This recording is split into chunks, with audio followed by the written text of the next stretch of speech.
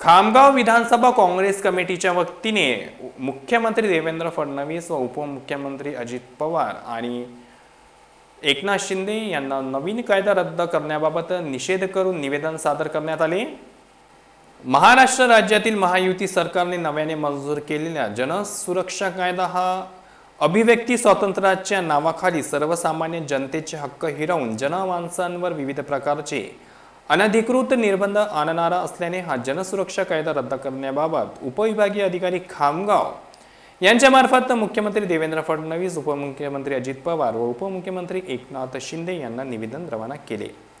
त्यांनी आपल्या निवेदनात म्हटले आहे की आम्ही खालील सही करणार विनंतीपूर्वक निवेदन सादर करीत आहोत की महाराष्ट्र राज्य सरकारने नव्याने लागू केलेल्या जनसुरक्षा कायदा हा जनसुरक्षेच्या नावाखाली सर्वसामान्य जनतेच्या अभिव्यक्ती स्वातंत्र्यावर अनधिकृत निर्बंध घालणारा हा कायदा अत्यंत चुकीचा आहे। जर एखाद्या सरकारमधील मंत्री, आमदार किंवा शासकीय अधिकारी यांच्या चुकीच्या प्रकाराबाबत कोणत्याही भ्रष्टाचाराच्या विरोधात आवाज उठवत असेल किंवा तक्रार करत असेल तर हे कृत्य राष्ट्रहिताविरोधी कृत्य ठरवून यावर अनधिकृतरित्या कारवाई करण्याचा अधिकार सरकार या जनसुरक्षा कायद्याच्या माध्यमातून स्वतःकडे राखून ठेवत आहे। एक प्रकारे सरकार या कायद्यामुळे जनसामान्यांची व लोकशाहीच्या माध्यमांची मुस्कुटदाबी करीत आहे।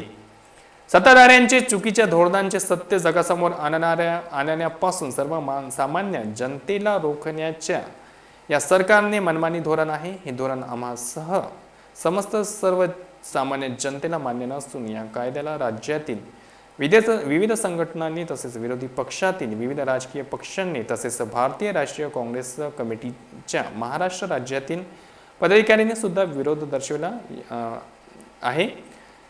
सरकारने हा कायदा तत्काळ रद्द करावा अशी मागणी निवेदनाद्वारे करण्यात आली आहे। यावेळी दिलेली प्रतिक्रिया। जनसुरक्षा कायद्याच्या माध्यमातून लोकांवर हुकुमशाही लादण्याचा प्रयत्न भाजप सरकार करते आहे आणि त्याचा निषेध म्हणून आज आम्ही या ठिकाणी सर्व जमलो आहोत।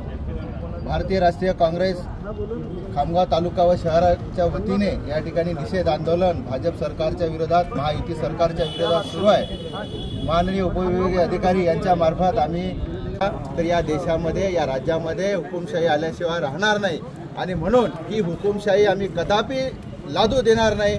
इंग्रजांपेक्षाही कडक कायदा हा भवनामध्ये प्राथमिकता त्याची औपचारिकता पार पाडलेली आहे।